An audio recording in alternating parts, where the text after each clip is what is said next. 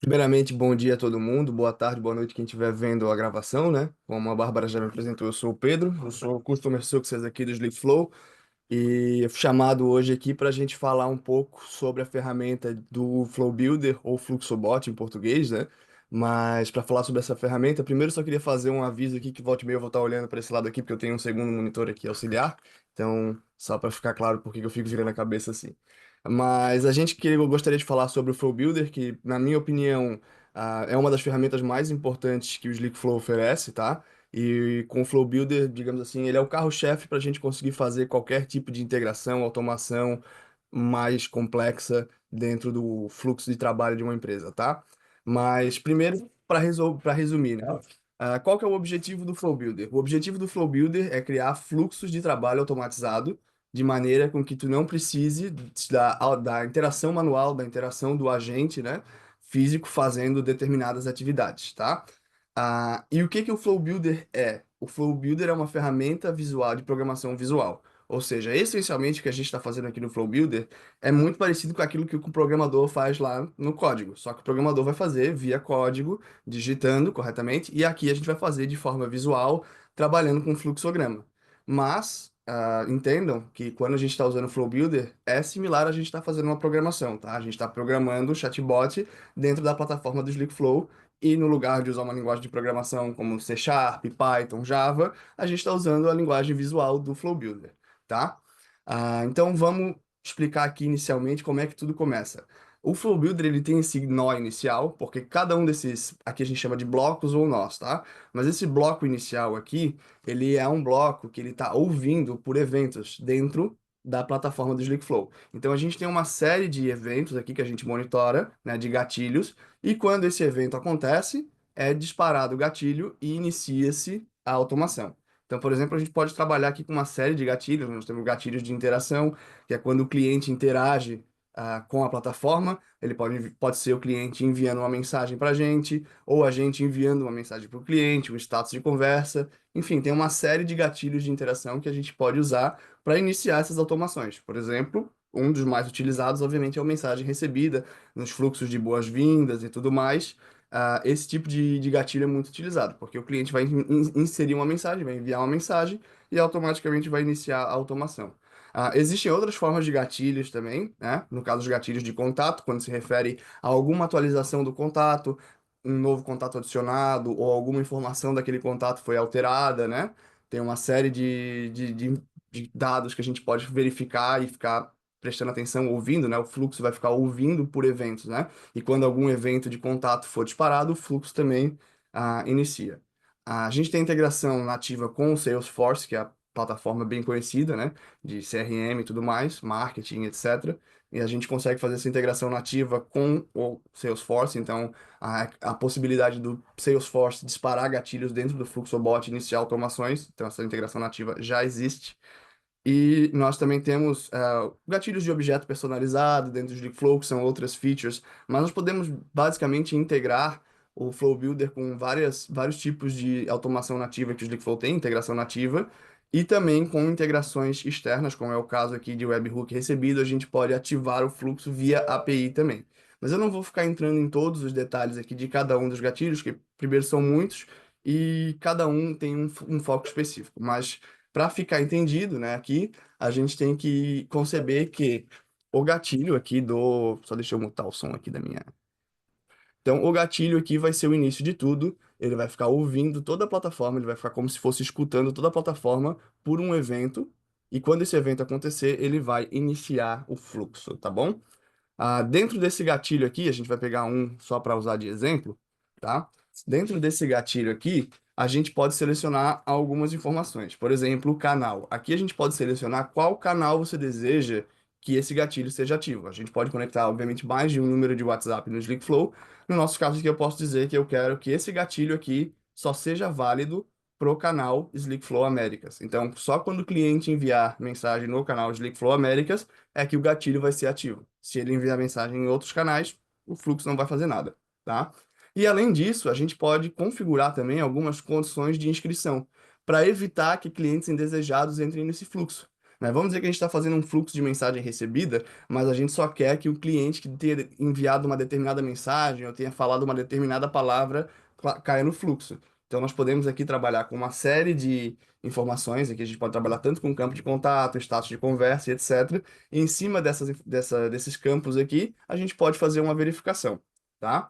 Nesse caso, por exemplo, a gente tem, por exemplo, palavra-chave de mensagem acionada, ou seja, a palavra-chave da mensagem que acionou o fluxo. Eu poderia vir aqui, por exemplo, e dizer que eu só quero que entre no fluxo caso a mensagem que o cliente enviou contém a palavra-chave, por exemplo, quero saber, na palavra-chave, quero saber mais. Então, se quando tiver essa frase, quero saber mais, dentro da mensagem que o cliente enviou, ele entraria no fluxo. Se não contivesse essa frase, ele não entraria, tá? E da mesma forma que eu estou fazendo com palavra-chave, eu posso fazer com campos de contato. Então, eu poderia vir aqui, por exemplo, né, em campos de contato, selecionar um campo de contato da minha escolha, como, por exemplo, vamos pegar aqui um exemplo de país, né? Country, porque os campos de contato estão em inglês na plataforma do SlickFlow. Country, eu poderia escolher aqui, se for qualquer uma das opções, aí eu poderia vir aqui a lista de países e escolher Brasil, né? Por exemplo. Então, se o cliente que estiver me mandando mensagem for do país Brasil, o número dele, né, o DDD dele for do país Brasil, ele entra no fluxo. Se ele for de outro país, ele não entra. Então, as condições de inscrição elas servem exatamente para isso, para a gente vetar quem a gente quer, para a gente autorizar ou vetar pessoas no fluxo de acordo com as condições que a gente vai acertando aqui, que a gente vai configurando aqui, tá bom, pessoal? Ah, então, vamos lá. Dentro do fluxo, após a gente já ter o gatilho aí e foi acionado, o cliente vai entrar aqui nesse fluxo e aqui a gente vai dar segmento. Pode ver que essa linhazinha já está nos direcionando ao primeiro bloco. E esse primeiro bloco vai ser a primeira coisa que a gente vai fazer dentro do sistema do SlickFlow, tá? A gente tem alguns tipos diferentes de bloco e eu vou passar por cada um deles aqui para ficar bem claro, bem explicado, tá? O primeiro bloco que a gente tem no SlickFlow vai ser o bloco de condição, que ele é muito similar a isso aqui. Na verdade, ele é idêntico a isso aqui que a gente está fazendo aqui nas condições de inscrição, só que fora do gatilho. Então, por exemplo, eu quero fazer uma verificação de um campo de contato, de um status, de uma etiqueta, eu posso fazer através das condições. Vou mostrar aqui para vocês como funciona. Vamos dizer que eu queira fazer uma segmentação baseada no país da pessoa, né? Vamos dizer que eu autorizei todo mundo de entrar aqui e eu quero fazer uma segmentação de país. Dependendo do país que a pessoa chamou, eu vou mandar a pessoa para uma mensagem, para uma ação diferente. Então, eu posso vir aqui no country, né? Escolher o país. Eu posso selecionar daí for qualquer uma das opções, né? E aí eu posso vir aqui e selecionar a opção Brasil, por exemplo. Então, se o cliente for do Brasil, eu vou pegar e vou mandar a mensagem, ele vai cair nesse lado aqui da ramificação, tá? Um ponto importante que eu quero deixar como dica, ó, se vocês clicarem aqui em cima, vocês podem editar o nome do fluxo. Eu sempre recomendo, no nome da ação, perdão, né? Do bloco. Eu sempre recomendo que vocês editem e botem o nome do que esse bloco faz. Então, aqui no caso, eu botaria, por exemplo, Brasil, tá? Porque daí eu sei que esse bloco aqui está verificando se o cliente é brasileiro ou não. Por que que eu digo isso? Porque na medida que você vai construindo fluxo, você vai botando muitos blocos, muitos nós, muitas ações, fica confuso você saber, porque vai ficar ação um, ação 2, ação 3, condição um, condição 2, condição 3, e a gente não vai ficar lembrando o que cada uma dessas condições faz. Então, é mais interessante vocês fazerem essa documentação em cima ali, para depois, quando vocês forem fazer, arrumar o fluxo ou fazer alguma alteração, vocês vão entender melhor o que está acontecendo, tá? Mas vamos seguir aqui. Eu posso adicionar mais de uma condição dentro aqui, né? Então, eu poderia dizer se o cliente for do Brasil e poderia pegar aqui outra informação, como por exemplo a lista, né? Se o cliente for brasileiro e a lista for todas as opções, eu posso vir aqui e escolher uma lista de contatos, né? Então, vamos botar aqui, por exemplo, esse chat API Connected Users. Então, se o cliente for brasileiro e estiver na lista de contato de chat API, ele vai cair nesse lado aqui da ramificação. Se ele não for, se ele for brasileiro, se ele não for brasileiro ou não tiver na lista, ele vai cair desse lado aqui, tá? Então, só para deixar claro aqui, vocês podem ver que primeiro a gente está falando aqui se o cliente, né, se o campo de contato, country, for qualquer uma das opções Brasil, vai dar, né, o cliente entra. No caso, isso é muito importante, tá? Que a gente tenha a noção de que a gente está falando e aqui, e lista, for todas as opções, lista selecionada, chat API. Por que que esse e aqui é muito importante? Porque esse e aqui determina que as duas condições devem ser verdadeiras para o cliente cair desse lado. Se uma das condições for falsas, o cliente vai para o outro, tá? Então, isso é muito importante a gente ter essa noção, porque daí, às vezes o pessoal vai setando várias condições aqui e fala, ah, pô, mas por que que o cliente não está caindo na condição? É por causa disso aqui. O operador lógico e, ele obriga que as duas condições tenham que ser verdadeiras para que o cliente caia desse lado da ramificação, tá? Então, só para deixar isso bem claro. Mas vocês podem adicionar quantas condições quiserem numa ramificação para garantir, numa condição aqui, num bloco de condição, para garantir que vocês não vão estar jogando o cliente de maneira errada, tá? Para esse lado. E, obviamente, se vocês clicarem nesse botãozinho azul aqui, vocês vão conseguir criar outras ramificações, tá? Então, eu posso criar várias ramificações, como, por exemplo, aqui, esse campo de contato, a country, né? For, por exemplo, qualquer uma das opções, Argentina. Então, aqui a gente já está vendo que na condição 4 eu venho aqui, obviamente, boto o nomezinho, né? Argentina, para eu saber do que se trata. E aqui você já pode ver. Então, o cliente mandou mensagem inicialmente, entrou no nosso fluxo. Se o número do cliente for brasileiro, ele vai vir para esse lado aqui. Se o número do cliente for da Argentina, ele vai cair para esse lado aqui. Show? Eu acho que referente à condição, era assim que ela funciona, tá?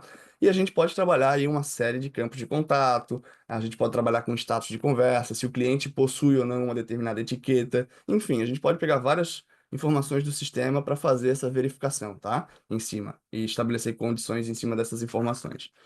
Uma vez que a gente fez essa condição, a gente vai jogar um cliente para um lado na expectativa de que a gente tome alguma ação, correto? E aí que vem o segundo nó, né? O segundo tipo de nó do Slick Flow, que são os blocos de ação, tá? A gente pode fazer muitas ações, tá, pessoal? Muitas ações que são feitas manualmente pelo agente, né, pelo atendente, podem ser feitas via fluxo. A mais óbvia delas, a gente pode enviar mensagens. Então, se eu clicar aqui, eu posso, por exemplo, enviar uma mensagem, né? Posso digitar o texto aqui que eu quiser da mensagem. Posso usar um modelo de mensagem pré-pronto também, tá? Não tem problema nenhum com isso. Eu posso adicionar botões, a resposta rápida, que me permite ter até 3 botões. Então, posso botar sim, não, mais tarde, né? Por exemplo, são nós de botão. Daí essa mensagem vai ser enviada para o cliente vai apertar um dos botões. E vocês podem ver que automaticamente já abre uma ramificação para cada opção que o cliente quiser. Então, eu mandei essa mensagem, o cliente respondeu sim, ele vai já dar seguimento na ação que vier logo aqui abaixo. Se ele escolher não, dá seguimento nessa ação. Se ele escolher mais tarde na outra e por assim adiante, tá? Eu também posso trabalhar aqui. Pedro, Pois não? desculpa interromper, é que o Gabriel tem uma dúvida aqui, que eu acho que é bom tirar agora. Ele Uhum. perguntou: é possível ter dois gatilhos de início de fluxos diferentes? Em fluxos diferentes, dá para ter vários gatilhos. No mesmo fluxo, a gente só consegue ter um gatilho, tá? Mas você pode ter o mesmo tipo de gatilho em 2 fluxos diferentes, não tem problema. Ah, Só a única coisa que vai acontecer é que o cliente vai entrar nos 2 fluxos ao mesmo tempo, dependendo das condições. Eu não sei se essa era a pergunta dele, né? Boa, Ah, mas ele manda se- aqui. Vamos lá. Seguindo aqui. A gente pode ter mensagem de lista, então a gente pode botar uma lista de opções aqui para o cliente ir escolhendo, né? Então, posso botar aqui, selecione, né? E eu posso ir botando opção A, B, C e por diante, né? A lista ela permite muito mais opções do que os botões rápidos. Então, a gente pode enviar mensagens com botões rápidos, com lista, para os clientes selecionarem. E, obviamente, cada uma vai abrir uma ramificação para jogar o cliente para um bloco de ação, tá? A gente pode também aqui, que é uma coisa muito interessante, muito legal, é salvar as respostas do cliente. Então, por exemplo, aqui a gente está mandando uma mensagem com um botão, correto? Digamos que que eu queira salvar a resposta do cliente, eu queira salvar o que o cliente selecionar naquele botão. Eu posso vir aqui, né, ativar essa função aqui de salvar a resposta. Eu posso tanto salvar diretamente como um campo de contato. Então, eu posso, por exemplo, vamos dizer que eu perguntei qual é o nome da sua empresa. O cliente foi lá e respondeu o nome da empresa dele. Eu vou lá e boto aqui que eu quero salvar a resposta como company name. Aí vamos dizer que aqui estivesse fazendo qual nome da empresa, correto? Vamos remover essa lista aqui, vamos deixar como se fosse uma mensagem normal.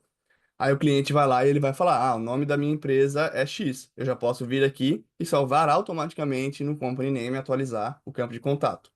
Bem como eu posso vir aqui e criar uma variável dentro do fluxo para salvar essa informação localmente só dentro do fluxo, caso eu vá usar essa informação para fazer alguma verificação do fluxo e depois eu descarte ela. Então, eu posso vir aqui e criar nome da empresa, por exemplo, né? E essa variável aqui de fluxo, eu posso depois vir aqui, por exemplo, colocar uma condição, né? E eu posso vir aqui, ó, variável de fluxo, tá vendo? E eu posso fazer uma condição usando essa variável de fluxo, tá vendo? Variável de fluxo, o nome da empresa. Se o texto dessa variável contiver exatamente, vamos dizer, aí você pode botar o nome da empresa, empresa X. Então, por exemplo, aqui o cliente mandou mensagem, se ele for brasileiro, ele cai nesse lado aqui da ramificação. A ação um, né, que a gente sempre tem que documentar, enviar mensagem inicial, né? Ela envia a mensagem inicial, pergunta o nome da empresa, o cliente responde e ela já salva a resposta nessa variável nome da empresa. Igual numa programação que a gente cria variáveis e vai atribuindo valores a elas, né? Depois eu vou vir aqui, vou fazer uma verificação e eu vou verificar se a variável de fluxo, nome da empresa, o texto dela contiver exatamente o nome da empresa X, vai cair para esse lado. Se contiver o nome de outra empresa, vai cair desse outro lado. E aí eu vou, obviamente, ir alinhando com mais ações, tá? Existem outras ações que a gente pode realizar, não só a ação de contatos, tá? A ação de enviar mensagens, a gente pode fazer gestão de contatos, a gente pode criar um contato, atualizar, adicionar o contato de uma lista, remover o contato de uma lista, adicionar uma etiqueta, remover uma etiqueta. Enfim, são muitas ações e se eu fosse passar por todas elas individualmente, a gente ia ficar eternamente aqui, né? Mas a princípio é isso, tá, pessoal? Vocês podem vir aqui e ver quais são as ações possíveis, mas cobrindo aqui de maneira rasa, né? A gente pode mudar um status da conversa, a gente pode atribuir essa conversa a um diferente atendente, a um outro usuário, né? A gente pode adicionar um colaborador, remover um colaborador. E aqui tem uma ação bem importante que eu vou falar com ela em um pouco mais de detalhe, que é a ação de integração externa. O Flow, como eu falei, o Flow Builder, ele é uma ferramenta de programação visual e isso permite que a gente faça alguns tipos de chamadas, tá? A gente, por exemplo, pode enviar um webhook de mensagem acionada, tá? Então a gente pode selecionar aqui, tá vendo? Caso a sua empresa tenha uma API e etc, um endpoint, a gente pode botar esse endpoint aqui e no header a gente pode passar as informações que a gente quer, tá?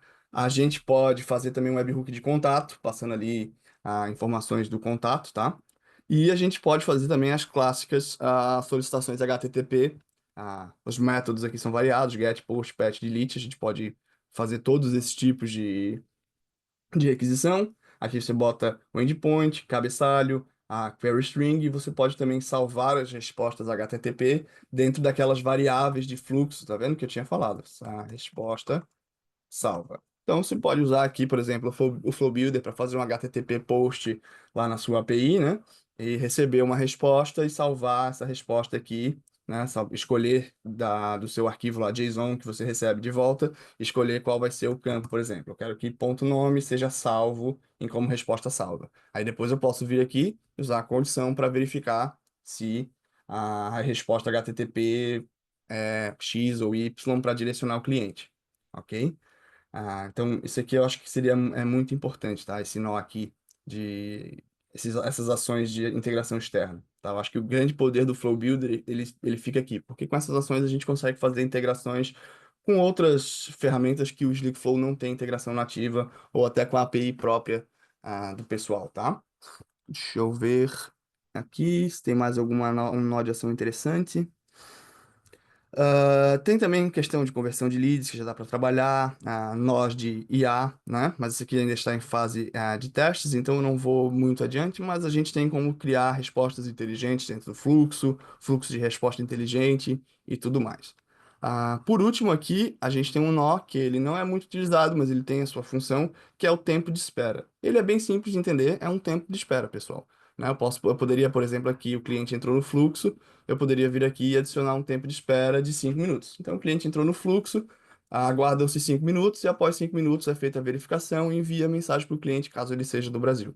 Entendeu? Então, o tempo de espera ele serve só para isso, só para você dar um timezinho ali entre uma mensagem e outra, ou entre uma ação e outra, para dar um tempo um cliente, ou, né, dependendo do uso ali que a tua empresa vai fazer. Ok? Ah, deixa eu ver aqui. Dessa parte que é o básico, o que tu acha melhor, Bárbara? Eu acredito que seria interessante a gente abrir para algumas perguntinhas agora, porque depois a coisa vai ficar um pouquinho mais complexa. E aí a gente não precisaria voltar para essa parte Claro, pode básica. ser. Pessoal, se Vamos tiver alguma sim. dúvida. Pessoal, por favor, fiquem à vontade para colocar a dúvida de vocês aqui através desse botão de interrogação. Eu vou dar só alguns segundinhos.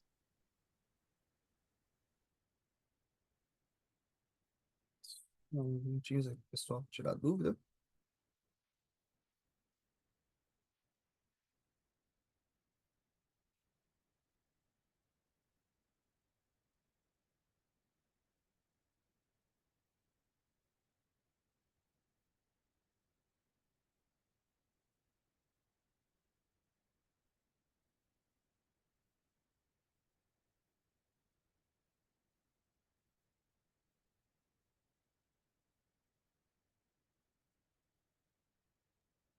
Nenhum? Acho que por enquanto a gente pode seguir, Pedro. Beleza, então. Agora a gente vai tocar mais em alguns tópicos, né? Eu quero falar das integrações nativas do Flow Builder, ok? O Flow Builder, ele tem, no momento, a gente tem integração nativa somente com o Salesforce. Então, basicamente, você pode conectar o Salesforce diretamente com o Slickflow e o seu Salesforce já vai mandar eventos para o Slickflow. A gente vai ficar recebendo os eventos da API do Salesforce e isso pode ser usado como gatilho aqui no Slickflow. Então, para quem tem Salesforce, para quem utiliza Salesforce, é interessante, tá? Porque economiza custo de ter que fazer uma integração à parte, porque o software já é totalmente integrado, então o software conectar o cliente aqui no seu Salesforce e fica tipo, muito melhor, né, de fazer. E a gente também tem ações de Salesforce, tá? Então a gente pode tanto receber informação do Salesforce quanto enviar ação do Salesforce. A gente tem no nosso roadmap também a integração do Zoho e do HubSpot no Flow Builder, tá? Mas isso ainda vai ser futuramente, tá? Não está sendo liberado agora, está em desenvolvimento, mas da mesma forma que a gente tem essa integração aqui do Salesforce, como por exemplo, eu poderia vir aqui e criar um contato do Salesforce à base do Slickflow, só não vou poder mostrar para vocês aqui porque a gente não usa Salesforce, então a gente não tem uma organização conectada, mas a base do Salesforce, por exemplo, o cliente enviou uma mensagem, eu já posso vir aqui e já poderia vir aqui e criar o contato dele diretamente no Salesforce, entendeu? Sem precisar fazer uma integração adicional com programação, ok? Deixa eu ver aqui. Hum, Isso. Da questão eu voltar aqui dos gatilhos aqui de ação de integração, né? Que eu queria conversar também, é o seguinte, esses gatilhos aqui, eles precisam, primeiramente, né, de um pouco mais de técnica para saber utilizar. Não dá para utilizar eles sem ter, por exemplo, uma API, e etc. Mas eu gostaria muito de ressaltar, inicialmente, a importância da utilização desse tipo de gatilho, de pensar nesse tipo de gatilho, tá? Porque vai ser com isso aqui que muitas das coisas que a gente considera difícil de fazer vão poder ser feitas, tá? Então, o gatilho de integração, ele realmente ele vai ser bem importante para vocês, tá? Mas, no mais, agora a gente vai falar das boas práticas do Flow Builder. Vou pular para a questão de realmente trabalhar com o Flow Builder, tá? As boas práticas do Flow Builder. A primeira prática que eu vou dar muito boa é o seguinte: não saia fazendo as coisas no Flow Builder diretamente, tá? Quando a gente vai trabalhar com o Flow Builder, a gente tem muito, assim, eu vejo muito com os clientes, que o pessoal já quer sair diretamente no Flow Builder, editando, botando os nós e fazendo, porque quer ver acontecer. Mas eu acho que o primeiro passo, antes de montar qualquer tipo de automação, seria fazer um desenho, um mapa, um mapeamento, um fluxograma daquilo que você quer fazer, né? Então, primeiramente, você deveria determinar qual vai ser o ponto inicial da sua automação, onde é que vai começar essa automação, né? E ir desenhando quais são os passos que você quer seguir. Porque de uma vez que você tem o cronograma, digamos assim, o fluxograma organizado do que será feito, né, na automação, fica muito mais fácil de traduzir aqui pro Flow Builder, tá? Outra coisa que eu já mencionei antes, mas eu vou mencionar novamente, né? É sempre documente os nós, tá? Sempre documente, porque as coisas elas vão ficando grandes, você vai trabalhando, por exemplo, aqui no nosso coisa a gente pode ter 500 blocos. Então imagina esse flow aqui com 500 caixinhas dessa daqui espalhadas. É muito difícil você ter noção do que é alguma coisa. sabe? E por aqui, se caso você bote o nome, você já pode fazer a busca diretamente pelo bloco, né? Então a gente pode ir procurando o bloco e tal. Fica muito mais fácil se vocês derem o nome certinho para todas as coisas, tá? Então, só relembrando, pessoal, vai criar uma ação, enviar mensagem, clica aqui nesse botãozinho aqui e adiciona o nome da ação. Então, ação X, ou o que a ação faz, por exemplo, tá? Muito importante realmente, pessoal, porque vocês vão fazer o fluxo, vocês vão pegar, vai estar tudo certo, vai estar funcionando, vocês vão deixar de lado, vai passar um mês, 2 meses, 3 meses. Quando vocês tiverem que fazer alguma alteração e vocês verem aquele monte de bloco com condição um, condição 2, condição 3, condição 4, aí às vezes a gente pega uma condição ou um bloco, copia ele, passa para o outro lado do fluxo, e aí vai ficar condição um 2 vezes no fluxo. Fica muito bagunçado. Então, o segundo passo é documentar certinho cada bloco e o que cada bloco faz, tá? Primeiro passo da boa prática, primeiro passo de construir um fluxo, então, é desenhar um fluxograma, determinar um fluxograma, onde é que o fluxo começa, onde é que ele termina, quais vão ser as ações que vão ser tomadas e quais vão ser as condições que vão ser avaliadas, tá? Em segundo, documentação dos nós. Muito importante documentar os nós, tá? Agora, um terceiro ponto, tá? Que é usar ramificações inteligentes, usar construções de fluxo inteligentes, ok? Porque, por exemplo, né? Vocês podem ver que aqui no final, que é muito importante essa parte aqui, ó, a gente tem fim do fluxo e saltar para. E isso aqui é fundamental para garantir a economia de nós, né? Vamos dizer que, por exemplo, aqui eu crio uma condição, tá? Eu vou criar aqui embaixo uma condição. A condição campo de contato, vamos dizer, se o campo de contato do cliente, aí vamos dizer que last contact from customer, ou seja, o último contato do cliente, a última vez que o cliente mandou mensagem para a gente, né? Se eu disser, por exemplo, vamos fazer simples aqui, né? Segunda, terça, quarta, quinta, sexta. Se o cliente chamar de segunda a sexta, ele vai cair desse lado. A gente adiciona uma outra ramificação aqui, faz a mesma coisa, né? Last contact from customer. E aí a gente vem aqui, novamente, só que a gente vai botar sábado e domingo. Então, o que que a gente tem aqui nesse cenário? O cliente vai vir aqui, vai mandar mensagem. Se for um dia de semana, ele vai para esse lado da ramificação. Se for final de semana, ele vai para o outro lado da ramificação. Mas vamos dizer, por exemplo, que a diferença que a gente vai ter de um lado para o outro é o seguinte, né? Vamos dizer que aqui a gente vai mandar uma mensagem de boas-vindas, né? Então a gente vai aqui, boas-vindas, uma mensagem de boas-vindas. Aqui há uma mensagem de boas-vindas. E aqui, e aí depois você já manda uma mensagem, por exemplo, realiza a pergunta de atendimento. Então aqui a gente vai perguntar para o cliente qual tipo de atendimento ele deseja, por exemplo, né? Vamos botar aqui uma resposta rápida, suporte, vendas, ouvidoria. Perfeito. Aqui, então, né, a gente está mandando para cá. E vamos dizer que aqui a gente quer fazer a mesma coisa, só que a gente quer mandar uma mensagem de final de semana, né? Por exemplo, mensagem, boas-vindas, finde, que é o quê? Boas-vindas de final de semana. Só que depois a gente quer encaminhar o cliente para o fluxo de atendimento, para quando chegar, por exemplo, na segunda-feira, esse cliente ser atendido. Eu não vou vir aqui e vou construir essa mesma ramificação aqui embaixo do boas-vindas, finde. Por exemplo, se eu quero mandar o cliente para o mesmo fluxo. Eu posso vir aqui, aqui nesse bloquinho aqui no final aqui, e ao invés de selecionar fim do fluxo, eu posso vir aqui e saltar para. E aí vem o fato do nome da documentação ser muito importante, porque eu posso vir aqui e selecionar, eu quero saltar para boas-vindas, eu quero saltar para pergunta de atendimento.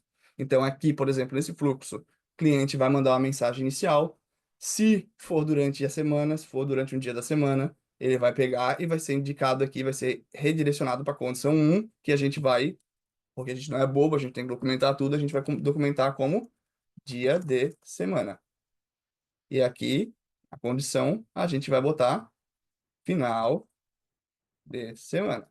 Perfeito. Então, se for dia de semana, o cliente vai chamar, vai cair desse lado, vai receber uma mensagem de boas-vindas e vai para o atendimento. Se for final de semana, o cliente vai cair na mensagem de boas-vindas do final de semana, avisando que o horário de expediente é de tal a tal, mas que é para ele seguir o fluxo de atendimento que na segunda-feira ele vai ser respondido. Então, ao invés de a gente pegar e botar todo esse fluxo de atendimento para cá e dobrar o número de nós, a gente simplesmente vai saltar para e vai jogar o cliente para pergunta de atendimento. Então, o cliente vai vir, vai receber essa mensagem e vai ser redirecionado para esse lado do fluxo, tá? E isso a gente pode fazer, por exemplo, de várias formas, tá? A gente pode fazer, por exemplo, um menu inicial, né? Para dar uma ideia para vocês. A gente faz aqui o menu inicial, né? Tipo, a menu inicial. Sempre lembrando, importante demais documentar. A gente faz a qual opção você quer. A gente fala, se quiser sair, digite. Sair a. Opa, digite. Sair a. Opa, botar em maiúsculo, né? Sair a qualquer momento. Perfeito. Então a gente fez um fluxo aqui que a gente vai ter algumas opções. Suporte novamente, né? Suporte, vendas, ouvidoria. Ouvidoria. Perfeito. Digamos assim, a gente tem suporte, vendas, ouvidoria. Mas se o cliente quiser digitar sair, por exemplo, ele vai sair e vai encerrar o fluxo, né? Ou, perdão, vamos fazer melhor. Se você quiser, se quiser voltar para esse menu, digite menu a qualquer momento.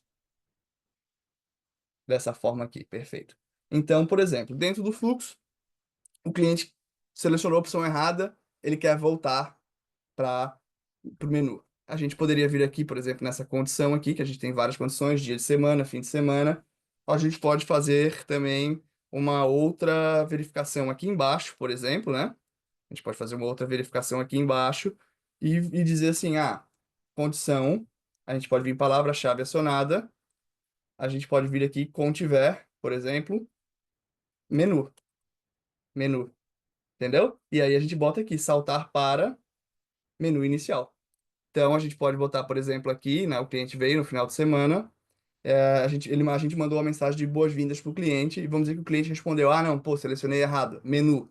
E ele vai lá e digita menu. Ele vai fazer a verificação. Se o cliente digitou menu, vai voltar aqui para o nó inicial. Se o cliente não digitou menu, ele vai para o outro e aqui a gente vai dar o segmento que a gente quer, como seria, por exemplo, aqui nesse caso, a gente redirecionaria o cliente para o pergunta de atendimento, né? Então, vocês podem ver que a gente pode usar isso para economizar um número absurdo de nós. Porque imagina se a gente fosse criar todas essas ramificações todas as vezes que a gente tivesse que fazer o mesmo processo, né? Porque às vezes tem algumas diferenças entre um tipo de atendimento ou outro, mas o processo ele vai ser o mesmo, tá? Justamente porque muita coisa similar, né? E aí a gente, para economizar o número de nós, a gente pode usar essa ferramenta de saltar para o tempo todo, tá? O tempo todo. Vamos dizer, por exemplo, se você vai encerrar a conversa, não precisa criar vários nós que encerram a conversa. Você pode criar um nó que encerra a conversa e aí depois, vamos dizer, por exemplo, aqui, né? Para ficar mais visual. Deixa eu remover essa condição aqui. Por exemplo, aqui, né? Aqui a gente pode ter um nó que encerra a conversa. A gente pode ter uma ação, por exemplo, conversa, e aí a gente vai lá mudar status da conversa. Tá vendo? E aí a gente muda para concluída, por exemplo. E aí vamos olhar que aqui desse outro lado, aqui no outras respostas, a gente quer, por exemplo, se o cliente não responder após 5 minutos, a gente quer fechar, tá? A gente não vai vir aqui ter que adicionar outro nó de fechar a conversa e mudar. Não, porque daí vai estar gastando muito nó. A gente vai simplesmente vir aqui, né? A gente primeiramente, a gente vai documentar o que que essa ação faz. A gente vai botar aqui fechar conversa, né? E a gente viria nesse nó, por exemplo, vai do saltar para fechar conversa, que não foi editado ainda, por algum motivo. Mas a gente vai aqui para o fechar conversa. E aí pronto, entendeu? A gente economizou. Onde a gente ia ter que botar mais um nó aqui, a gente conseguiu fazer o cliente saltar diretamente para essa ação e economizando espaço. Então, o sentido de montar um bom fluxo é justamente nisso. Você desenha um fluxograma bem detalhado do que você quer que o fluxo faça, da onde é que ele vai começar e da onde é que ele vai terminar. E aí depois, quando a gente for traduzindo aqui para o fluxo, a gente vai usando as condições, vai combinando as condições com as ações e essa ferramenta de saltar para construir um fluxo que seja conexo, que ele não tenha pontas soltas, né?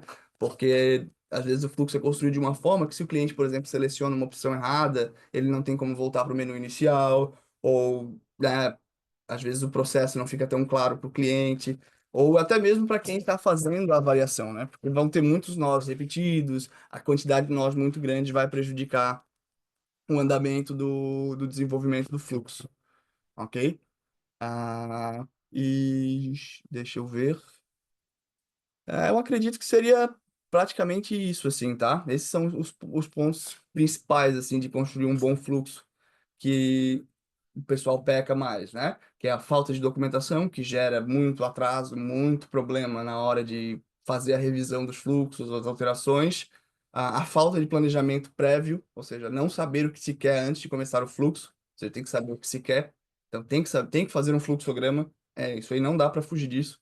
Se não fizer o fluxograma, o tempo de trabalho de construção do fluxo vai ser 4 vezes maior, porque daí você vai vir aqui, você vai ter que adicionar um nó, daí vai ver, ai, não ficou legal, muda, não sei o que. Então, senta, faça o fluxograma, uma vez que o fluxograma estiver pronto, passe para o fluxo, utilize a ferramenta saltar para criar recursividade e conectividade de uma parte do fluxo com a outra e também gerar economia de nós, e sempre faça a documentação para garantir a continuidade, tá? Digamos assim, garantir que a manutenção do fluxo possa ser dada continuamente, tá?